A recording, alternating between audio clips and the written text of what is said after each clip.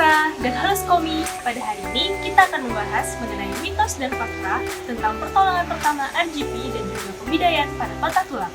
Yuk simak terus pembahasannya. Pernyataan pertama, ATLS adalah suatu pelatihan yang hanya bisa diikuti oleh para dokter. Mitos atau fakta? Jawabannya adalah fakta. Pada dasarnya, pelatihan ATLS adalah pelatihan yang diikuti oleh para dokter sebagai penyederhanaan standar pendekatan klinis pada penanganan pasien yang trauma. Pernyataan kedua, pembidayaan terbagi menjadi dua, yaitu pembidayaan improvisasi dan juga pembidayaan konvensional. Mitos atau fakta?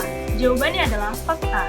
Bidai adalah alat yang terbuat dari kayu, anyaman kawat, atau bahan lain yang lebih kuat, tetapi ringan yang digunakan untuk menjaga dan mencegah agar tulang yang patah tidak mengalami pergerakan atau imobilisasi. Adapun tujuan dari sebuah pembidayaan yang pertama adalah mencegah terjadinya pergeseran atau pergerakan pada bagian ujung tulang yang patah. Yang kedua, mencegah terjadinya cedera baru pada bagian sekitar tulang yang patah. Yang ketiga, untuk mempercepat terjadinya penyembuhan. Dan yang keempat, untuk meredakan rasa nyeri. Prinsip dari pembidayaan, yang pertama, lakukan pembidayaan pada bagian tulang yang mengalami cedera. Yang kedua, lakukan juga pembidayaan pada persangkaan tulang yang patah. Dan yang ketiga, pembidayaan dilakukan melewati dua sendi yang saling berbatasan. Pembidayaan dibagi menjadi dua, yaitu pembidayaan improvisasi dan juga pembidayaan konvensional. Pembidayaan improvisasi merupakan pembidayaan yang menggunakan bahan yang kuat tetapi ringan yang digunakan sebagai penopang. Pada pembidayaan improvisasi, sangat tergantung terhadap bahan yang tersedia dan juga kemampuan improvisasi dari si penolong. Contoh bahan dari pembidayaan improvisasi seperti majalah, koran, ataupun karton. Yang kedua, pembidayaan konvensional. Pembidayaan konvensional menggunakan bahan dari kayu yang diberikan bantalan sehingga dapat memberikan ruang pada kondisi edem yang akut. Panjang bidai harus melewati dua sendi yang berhubungan dengan bagian yang akan dibidai. Di Indonesia, pembidayaan yang sering dilakukan, terutama pada kasus fraktur, adalah pembidayaan yang menggunakan kayu dengan dilapisi, perban, dan juga kapas. Pernyataan ketiga, tubuh penderita yang akan dilakukan pembidayaan tidak boleh dipindahkan kecuali berada di tempat yang berbahaya. Mitos atau fakta? Jawabannya adalah fakta. Pada dasarnya, jangan memindahkan penderita sebelum dilakukan pembidayaan kecuali penderita berada di tempat yang berbahaya. Dan jangan menambahkan gerakan pada area yang dicurigai terdapat adanya fraktur. Pernyataan keempat, Heimlich maneuver tidak dapat dilakukan pada wanita hamil. Mitos atau fakta?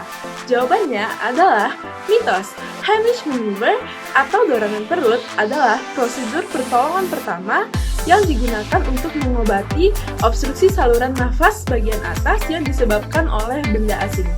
Heimlich maneuver itu sendiri harus dilakukan di atas daerah epigastrik, tepat di bawah tulang rusuk dan diarahkan ke atas menuju kepala pasien. Jika pasien hamil, Heimlich maneuver dapat dilakukan di atas tulang dada dengan cara sebagai berikut. Yang pertama, berdirilah di belakang orang tersebut, bungkus lengan Anda dan posisikan tangan Anda di pangkal tulang dada. Yang kedua, tarik ke dalam dan ke atas dengan cepat. Dan yang ketiga, ulangi sampai benda tersebut terlepas. Pernyataan kelima, satu suntikan alkohol dapat menghangatkan pasien hipotermia. Mitos atau fakta? Jawabannya adalah mitos. Alkohol mungkin memberi Anda rasa hangat yang subjektif, tetapi alkohol melebarkan pembuluh darah yang sebenarnya menyebabkan lebih banyak kehilangan panas, bukan lebih sedikit. Ini juga dapat menyebabkan perubahan dalam penilaian dan koordinasi, dua kondisi yang harus kita hindari. Cegah kehilangan panas dengan melepas pakaian yang basah, memberikan isolasi, dan menghangatkan di tempat yang kering. Tambahkan lapisan pakaian dan topi, hangatkan inti tubuh terlebih dahulu jika memungkinkan dengan cara memberi cairan yang hangat dan manis jika pasien masih mampu untuk menelan. Tangani pasien dengan lembut untuk mencegah pemicu fibrilasi ventrikel. Jangan biarkan pasien hipotermia berat untuk duduk, berdiri, atau berjalan hingga hangat. Teknik pemanasan ulang yang cepat atau aktif membutuhkan pelatihan khusus.